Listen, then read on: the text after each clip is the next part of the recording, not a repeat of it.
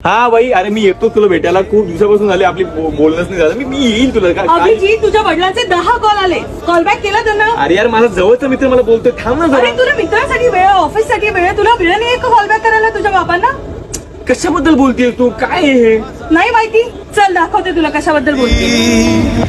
आपण बोलतोय आज जुनं फर्निचर या मूवी बद्दल. हा मूवी येणार होता हिंदीमध्ये पुराना फर्निचर इस नाम से, पण झालं असं की फंडिंग कमी पडली. फंडिंग कमी पडली, पण तरी सुद्धा जुनं फर्निचर सोन्यासारखी फिल्म बनवून गेलंय. तर मंडळी, या मूवीच्या स्टारकास्ट बद्दल जर बोलायचं झालं तर यामध्ये आहेत महेश मांजरेकर, भूषण प्रधान, मेधा मांजरेकर, उपेंद्र लिमये, सचिन खेडेकर, अनुषा दांडेकर. यार अशी तगडी स्टारकास्ट आहे ना या फिल्म मध्ये. आणि तुम्हाला सांगू का, मकरन अनसपुरे एक स्पेशल भूमिका यामध्ये करतायत, स्पेशल कॅरेक्टर करतायत. ते पाहायचं असेल तर तुम्हाला थिएटरमध्ये जावं लागेल.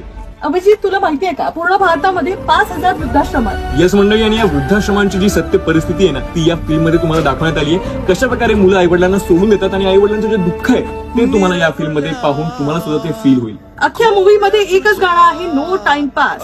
तर मंडळी, तगडी स्टारकास्ट, प्रॉपर स्क्रिप्टिंग आणि जेन्युइन मेसेज, ज्यामुळे या फिल्म आम्ही देत आहोत 5 पैकी 4 ऑरेंजेस. एक मार्क कट केला कारण की भूषण प्रधान अभिजित सारखा गुळगुळीत आहे आणि तरी सुद्धा शेव्हिंग क्रीम लावून शेव करतो एका सीन मध्ये. जोक्स अपार्ट मंडळी, पण ही फिल्म तुम्ही सहकुटुंब सहपरिवार थिएटरमध्ये जाऊन बघितलीच पाहिजे.